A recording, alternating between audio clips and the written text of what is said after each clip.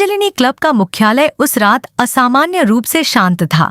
महंगे झूमर की सुनहरी रोशनी चमकदार लकड़ी के फर्श पर बिखर रही थी, जबकि सिगार के धुएं की मोटी परत धीरे धीरे पूरे कमरे में तैर रही थी।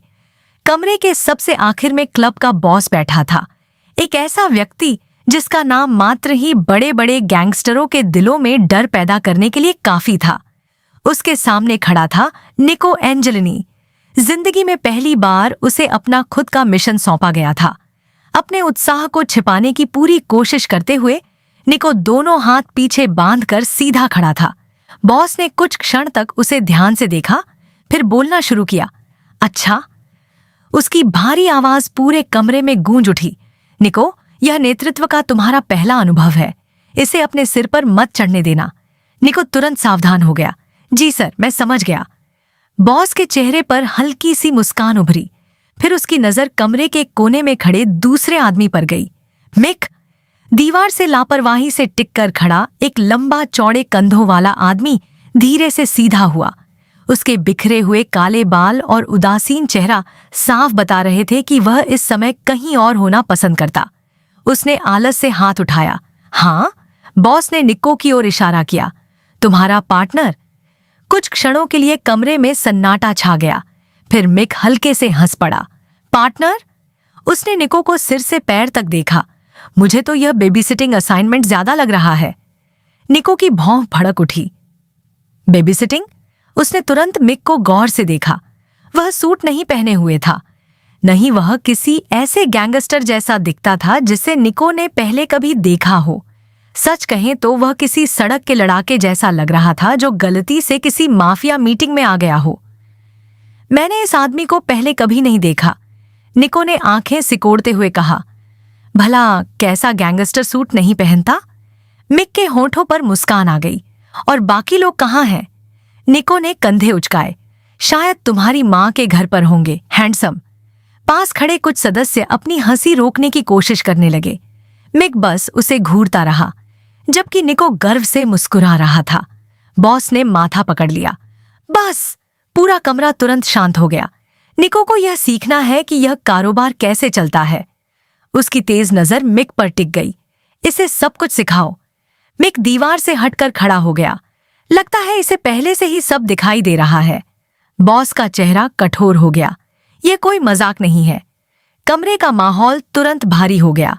पूरा क्लब तुम दोनों पर भरोसा कर रहा है। उसकी आवाज और धीमी हो गई। और मुझे उम्मीद है कि तुम दोनों जानते हो कि असफल होने पर क्या होगा। निको और मिक दोनों चुप रहे।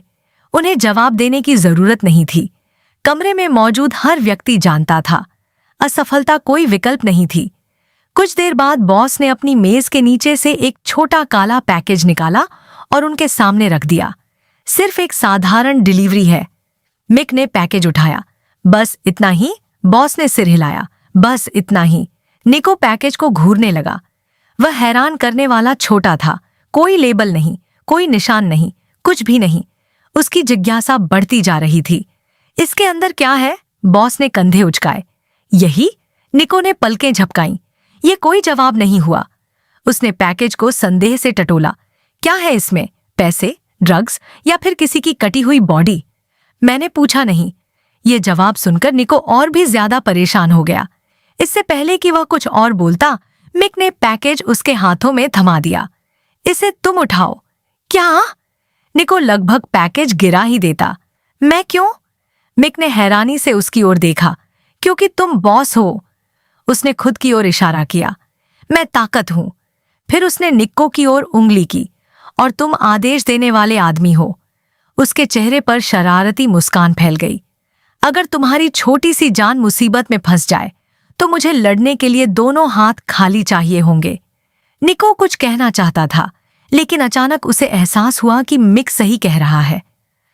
दत्त तेरे की। मिक की मुस्कान और चौड़ी हो गई। मुझे पता है। निको ने गहरी सांस छोड़ी।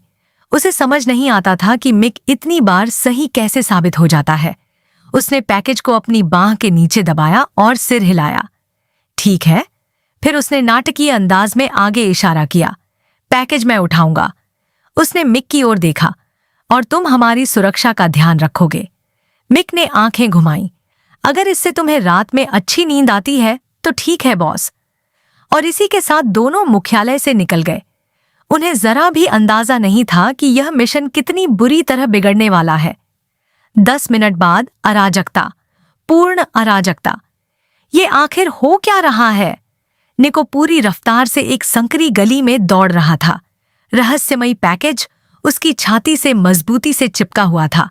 उसके महंगे जूते जमीन पर जोर जोर से पड़ रहे थे। दूसरी ओर मिक बिना किसी परेशानी के दौड़ रहा था। कम बोलो, मिक चिल्लाया, ज्यादा दौड़ो। निको की सांसें तेज हो चुकी थीं। ये जूते दौड़ने के लिए नहीं बने हैं। मिक ने नीचे देखा। जूते अब भी बिल्कुल नए लग रहे थे। उसकी आंख फड़क उठी। कौन सा गैंगस्टर मिशन पर नए जूते पहनकर आता है? स्टाइलिश वाला, निको ने जवाब दिया। तभी ऊपर से एक आवाज गूंजी, वाह वाह। दोनों एकदम रुक गए। पास की इमारत की छत पर एक परछाई दिखाई दी। अगर ये छोटा एंजेलिनी नहीं है तो? दोनों कुछ समझ पाते उससे पहले ही वह रहस्यमयी व्यक्ति नीचे कूद गया। वह बेहद खूबसूरती से उनके सामने आकर उतरा। धूल हवा में फैल गई। पूरी गली शांत हो गई। निको उसे घूरने लगा। उस अजनबी के चेहरे पर आत्मविश्वास भरी मुस्कान थी, जैसे वह पहले ही जीत चुका हो। उसका शरीर पूरी तरह आराम की मुद्रा में था, लेकिन उसकी आंखें, वे खतरनाक थीं, बहुत खतरनाक। निको ने मिक की ओर देखा। मिक का चेहरा तुरंत गंभीर हो चुका था। ये आदमी कौन है?